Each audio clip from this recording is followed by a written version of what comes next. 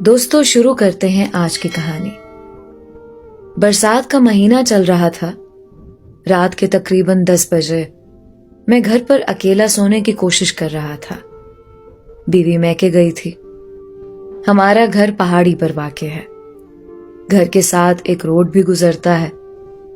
بہت زور سے بارش ہو رہی تھی، پر کچھ دیر میں نے محسوس کیا کہ کوئی دروازہ کھٹکھٹا رہا ہے۔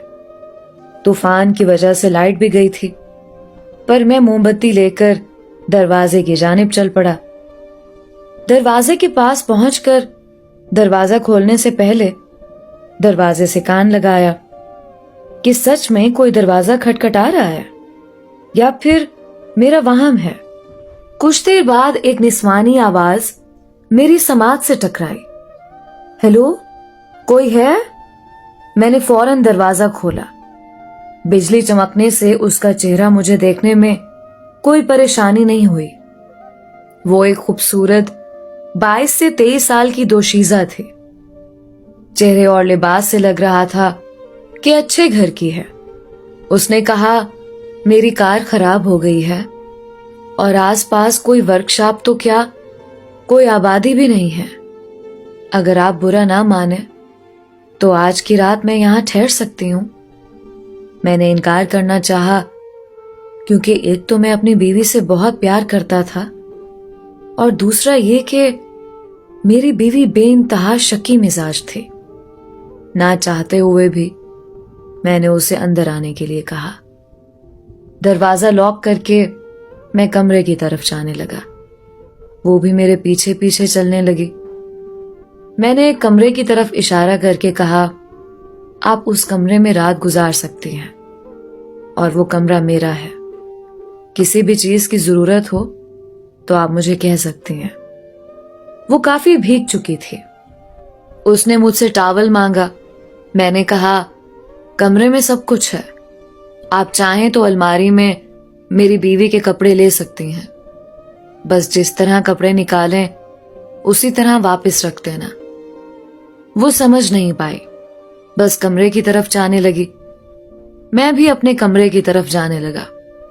کمرے میں آ کر میں نے کمرہ اندر سے لاک کیا اور موم بتی بجھا کر لیٹ گیا اور سوچ رہا تھا کہ اگر میری بیوی کو پتہ چل گیا کہ میں نے ایک اجنبی لڑکی کو گھر میں پناہ دی تو وہ میرے ساتھ کیا سلوک کرے گی۔ اس سوچ سے ہی میرے رونگٹے کھڑے ہو گئے، پر اب کچھ نہیں ہو سکتا تھا۔ لڑکی دوسرے کمرے میں تھی، اس کو نکالنا صحیح نہ تھا۔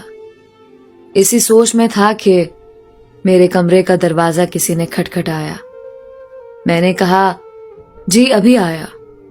دروازہ کھولا تو وہ اجنبی لڑکی کھڑی مسکرا رہی تھی۔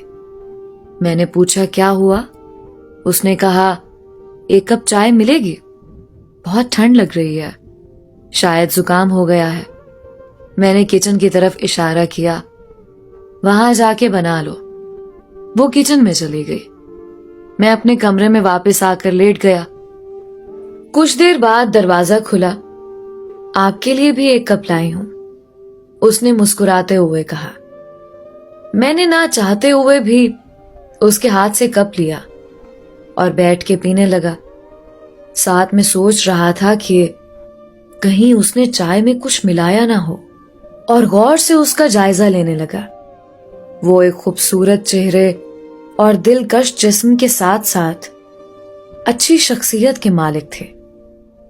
کہیں سے بھی ایسا نہیں لگا کہ وہ کوئی چوری یا غلط سرگرمیوں میں ملوث ہو سکتی ہے۔ اچھی طرح اطمینان کرنے کے بعد میں چائے پینے لگا۔ اس کا نام طوبہ تھا۔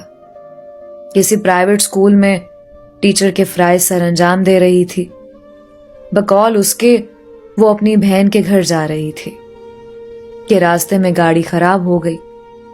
میرے بارے میں بھی کافی پوچھ گچھ کی، شادی کب ہوئی، ازدواجی زندگی کیسی گزر رہی ہے، وغیرہ وغیرہ۔ باتوں باتوں میں نے اس پر واضح کیا کہ میں اپنی بیوی سے بہت پیار کرتا ہوں اور بے وفائی کا سوچ بھی نہیں سکتا۔ کچھ دیر تک کافی گپ شپ ہوتی رہی۔ پھر میں نے اس سے کہا،